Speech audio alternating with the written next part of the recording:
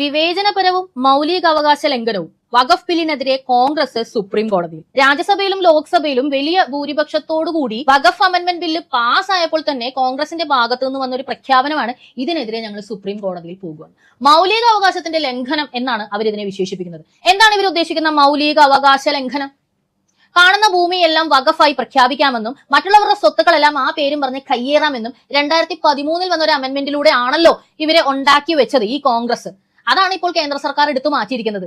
അന്യന്റെ മുതൽ പിടിച്ചു പറിക്കണ്ട എന്ന് പറഞ്ഞതാണോ നിങ്ങളുടെ മൗലിക അവകാശ ലംഘനം? അല്ല, ഞാൻ ചോദിക്കട്ടെ, ഈ നാടെന്താ മുസ്ലിങ്ങൾക്ക് മാത്രം തീരെഴുതി കൊടുത്തിരിക്കുന്ന എന്തെങ്കിലും നാടാണോ? ഇതൊരു മുസ്ലിം കൺട്രിയാണോ? ഇന്ത്യ എന്ന് പറയുന്നത് മതേതര രാജ്യമാണെന്നാണ് ഞാനൊക്കെ കേട്ടിട്ടുള്ളതും പഠിച്ചിട്ടുള്ളതും. നിങ്ങൾ 24 മണിക്കൂറും വാതർന്ന് അത് തന്നെയാണല്ലോ പറയുന്നത്. ഞാനൊരു ക്രിസ്ത്യാനിയാണ്, എന്റെ കൂടെയുള്ള ഒരുപാട് ഹിന്ദുക്കളുണ്ട്, മുസ്ലിങ്ങളുണ്ട്, പല ആളുകളുണ്ട്. ഞങ്ങൾക്കൊന്നും മൗലിക അവകാശങ്ങളില്ലേ?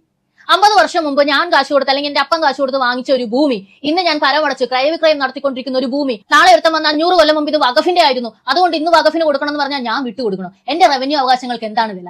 എന്റെ മൗലിക അവകാശത്തിന് എന്താണ് വില? എന്റെ പൗരാവകാശത്തിന് എന്താണ് വില? മതം നോക്കാതെ എല്ലാ പൗരന്മാർക്കും ഇതെല്ലാം പ്രദാനം ചെയ്യേണ്ട ഉത്തരവാദിത്തം ഈ നാടിനില്ലേ? ഒരു പ്രത്യേക മതത്തിന് മാത്രം കാണുന്ന സ്ഥലങ്ങളെല്ലാം കയ്യേറി പിടിക്കാനായിട്ടുള്ള ഒരു അവകാശം കൊടുത്തതിലൂടെ സത്യം പറഞ്ഞാൽ നിങ്ങൾ കോൺഗ്രസ് വഞ്ചിച്ചത് ഞങ്ങളടക്കമുള്ള മറ്റു മതസ്ഥരുടെ മൗലിക അവകാശങ്ങളെ അല്ലേ? ഞങ്ങൾ എവിടെ പോണം ഇതിന് ചോദ്യം ചെയ്യാൻ?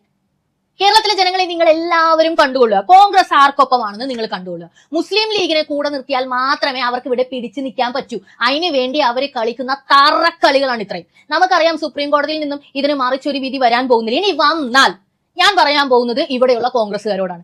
ഇതുവരെ ചിരിച്ച് കളിച്ചു നിന്ന മറ്റു മതസ്ഥരുടെ മുഖമൊക്കെ മാറും. മുംബൈയിലും ഗുജറാത്തിലും ഒക്കെ നടന്നതിലും വലിയ വർഗീയ കലാപങ്ങൾ പല രീതിയിൽ ഇവിടെ നടക്കും. നിങ്ങൾ എന്താ വിചാരിച്ചു വെച്ചിരിക്കുന്നത്? മുസ്ലിം സംഘടനകൾക്ക് മാത്രമേ റോഡിലിറങ്ങാൻ കഴിയുള്ളൂ, അവർക്ക് മാത്രമേ സംഘടിതമായി ഒരു കാര്യം ചെയ്യാൻ കഴിയുള്ളൂ, മറ്റുള്ളവർ വേണ്ടെന്ന് വെച്ചിട്ടാണ്. നിർബന്ധിക്കരുത് നിങ്ങൾ അവരെ.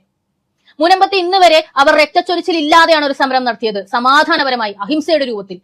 ഇനി സുപ്രീം കോടതിയിൽ നിന്നും അവർക്ക് ആശ്വാസവഹമായി ഈ ബില്ലിനൊരു മാറ്റം നിങ്ങൾ മേടിച്ചാൽ തീർച്ചയായും ഈ അഹിംസയൊന്നും നിങ്ങൾ അവരുടെ അടുത്ത് ഇനി പ്രതീക്ഷിക്കരുത്. അവരുടെ അടുത്തുനിന്നല്ല, ഇത് കണ്ടും കേട്ടും നിൽക്കുന്ന നിഷ്പക്ഷരായ മറ്റു മതസ്ഥരുടെ കയ്യിൽ നിന്നും ഇത് പ്രതീക്ഷിക്കരുത്. എന്റെ പടി കയറി വരുന്നത് വരെ മാത്രമേ ഞാൻ പ്രതികരിക്കാതിരിക്കൂ.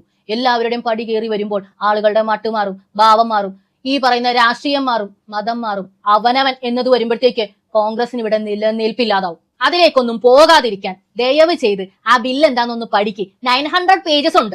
ഇരിക്കാനും നിൽക്കാനും ഒന്നും സമയമില്ലാത്തത് കൊണ്ട് നിങ്ങൾക്ക് പഠിക്കാൻ പറ്റില്ല എന്നൊക്കെ ഇപ്പൊ പറഞ്ഞാൽ അടുത്ത ഇലക്ഷൻ വരുമ്പോൾ നിൽക്കാനും കിടക്കാനും ഒക്കെ നിങ്ങൾക്ക് സമയം ഉണ്ടാവും. കാരണം എന്താണെന്ന് വെച്ചാൽ നിങ്ങൾ ആരും അടുത്ത ഇലക്ഷൻ കടന്ന് ജയിക്കാൻ പോകുന്നില്ല.